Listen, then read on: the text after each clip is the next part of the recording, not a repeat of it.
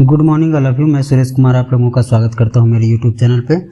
आज हम लोग बात करेंगे गणित का जो अन्य विद्यालयीन विषय हैं उसके साथ किस प्रकार से सहसंबंध पाया जाता है या पाया गया है। तो इसके अंतर्गत हम लोग पहले ही पूर्व में गणित के अर्थ, प्रकृति और जो उसका परिभाषा है उसके बारे में विस्तार से चर्चा कर चुके हैं। आज हम लोग बात करेंगे अन्य विषयों के साथ किस तरीके से यह सहसंबंधित होता है। आप जानते हैं कि विद्यालय में विभिन्न प्रकार के विषय को पढ़ाया जाता है जिनका कहीं न कहीं प्रत्यक्ष या अप्रत्यक्ष रूप से गणित के साथ अत्यंत महत्वपूर्ण सहसंबंध पाया जाता है। और ये विद्यालयीन पाठ्यक्रम के अंतर्गत हम जानते हैं कि विज्ञान, भौतिक विज्ञान, रसायन विज्ञान, जीव विज्ञान, सामाजिक विज्ञान, ये समस्त विषयों को हम पढ़ते हैं। तो बारी बारी से हम देखेंगे कि कैसे इसमें सहसंबंधता पाई जाती है। सर्वप्रथम हम विज्ञान विषय के बारे में बात करते हैं। तो विज्ञान में सैद्धांतिक और प्रयोगात्मक दोनों प्रकार का जो ज्ञान है वो गणित पर ही आधारित होता है।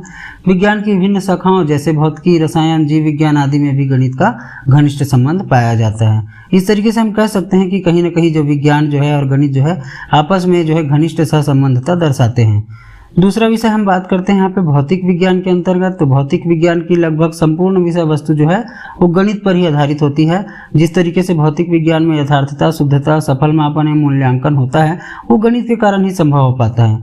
गणित के अनेक प्रत्यय, नियम, सूत्र, सिद्धांत आदि का प्रयोग जो है भौतिक विज्ञान में किया जाता है। उदाहरण के लिए सदिश व अदिश राशियाँ, बल, गति, त्वरण, वेग, ये सभी जो है गणित के माध्यम से ही यहाँ पे पढ़ाया जाता है। इस तरीके से हम कह सकते हैं कि गणित एवं भौतिक विज्ञान में घनिष्ठ सहसंबंध पाया जाता है। दूसरा विषय हम बात करते हैं रसायन विज्ञान के बारे में। रसायन विज्ञान में भी जो गणित के अनेक नियम, सूत्र, सिद्धांत हैं उसका प्रयोग किया जाता है। साथ ही साथ रसायन विज्ञान में भी सैद्धांतिक और प्रयोगात्मक दोनों ही पक्षों में गणित का प्रयोग किया जाता है। सभी रासायनिक संयोग और उसके समीकरण भी गणितीय नियमों पर ही आधारित होता है। उदाहरण के लिए हम बात करें तो कोई भी समीकरण बनाना, सूत्र का प्रयोग करना, प्रायोगिक कार्य करना, सवाल को हल करना, परिणाम निकालना, ये सारी चीज़ें जो है गणित के माध्यम से ही संभव हो पाता है। अतः हम यहाँ भी कह सकते हैं कि गणित एवं रसायन विज्ञान में घनिष्ठ सहसंबंध है। अगले विषय की हम बात करते हैं जीव विज्ञान। तो जीव विज्ञान में मानव की विभिन्न क्रियाओं का सूक्ष्मतम अध्ययन जो किया जाता है, जिसमें शरीर की कोशिकाओं को गिनने से संबंधित, तापक्रम से संबंधित, रक्तचाप मापने से संबंधित, धड़कन मापने से संबंधित इत्यादि जितने भी प्रकार के परीक्षण करने होते हैं वो गणित के माध्यम से ही संभव हो पाता है। इस प्रकार जो है ये तो मानव की बात हुई। अब पादपों की अगर हम बात करें तो प्लांट्स में भी उसके स्ट्रक्चर को, टाइप को, उसका जो डेवलपमेंटल स्ट्रक्चर है इत्यादि को भी गणित के माध्यम से ही हम समझ सकते हैं। जैसे कि भिन्न भिन्न भोजन वस्तुओं के जो कैलोरिक हैं और पोषक मूल्य हैं वो भी गणित के द्वारा ही संभव हो पाते हैं।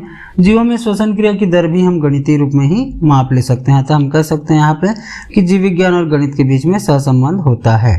इसके बाद हम बात करते हैं गणित और सामाजिक विज्ञान के अंतर्गत। तो सामाजिक विज्ञान में यहाँ पे हम बहुत से प्रकार के सब सब्जेक्ट पढ़ते हैं जिसके अंतर्गत भूगोल, इतिहास, पर्यावरण ये सभी चीज़ आते हैं और कहीं न कहीं इसका गणित के साथ घनिष्ठ सहसंबंध पाया जाता है। प्रथम विषय हम बात करते हैं भूगोल के बारे में।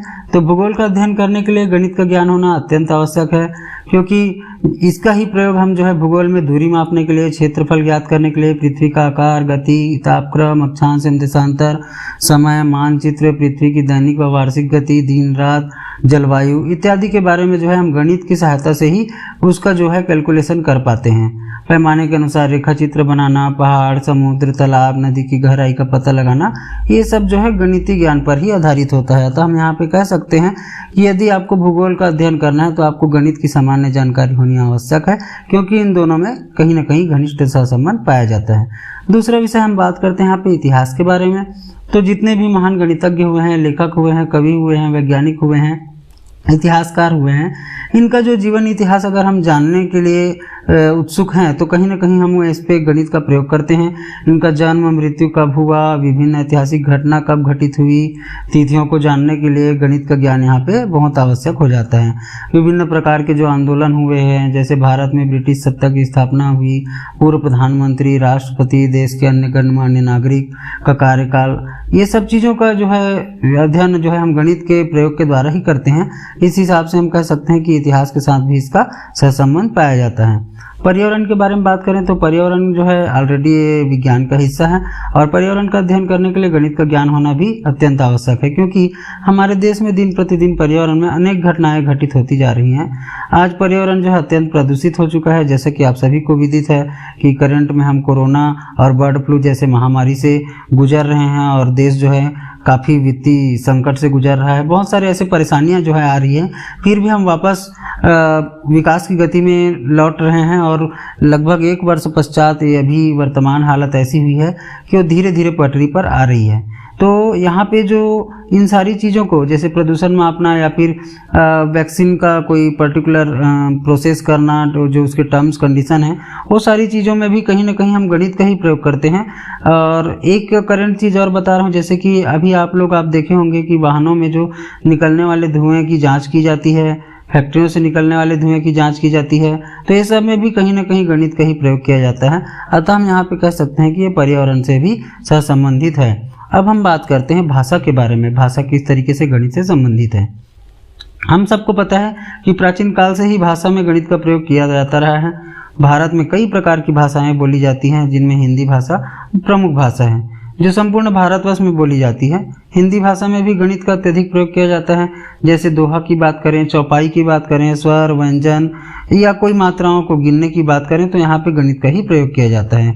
कविता का अर्थ जो है लघु गिरी की गुनती से हेर फेर पर ही आधारित होती है। इस प्रकार अंग्रेजी, संस्कृत आदि भाषाओं में भी गणना करने के लिए हम गणित का ही प्रयोग किया करते हैं। इसके बाद हम बात करते हैं गणित और वाणिज्य के बारे में, किस तरीके से ऐसा संबंध दर्शाते हैं। तो वाणिज्य देखिए, यहाँ पे वाणिज्य में ब्याज की गणना करना, लोन संबंधी गणनाएं, प्रतिशत, लाभ, हानि, बट्टा, वर्तमान उत्पादन, लागत, कर निर्धारण, लागत विश्लेषण, ये सारी चीज़ें जो है कहीं ना कहीं हम गणित का ही उपयोग करके ही कर पाते हैं। बैंकिंग और अकाउंटेंसी में भी गणित का जो है काफ़ी बृहद मात्रा में प्रयोग होता है। अतः हम यहाँ कह सकते हैं कि वाणिज्य के साथ भी इसका पूर्ण रूप से सहसंबंध पाया जाता है। इसके बाद हम बात करते हैं गणित और सांख्यिकी के बारे में। तो सांख्यिकी जो है आपको अच्छी तरीके से पता है, गणित का ही एक अभिन्न अंग है और हम यह कह सकते हैं कि गणित एवं सांख्यिकी जो है एक दूसरे के पूरक हैं। सांख्यिकी में प्रयोग किए जाने वाले ग्राफ, चार्ट, तालिका, सूत्र, नियम आदि में गणित का ही प्रयोग किया जाता है। प्रदत्तों का एकत्रीकरण करना, विश्लेषण करना, गणना करना, निष्कर्ष निकालना, ये सभी कार्य जो है गणित के माध्यम से ही संभव हो पाता है। अतः हम यहाँ पे कह सकते हैं कि गणित जो है कहीं न कहीं सांख्यिकी से सहसंबंधता दर्शाती है, एक दूसरे के पूरक हैं ये। इस तरीके से आज हमने देखा गणित का अन्य विद्यालयीन विषयों के साथ सहसंबंधता के बारे में।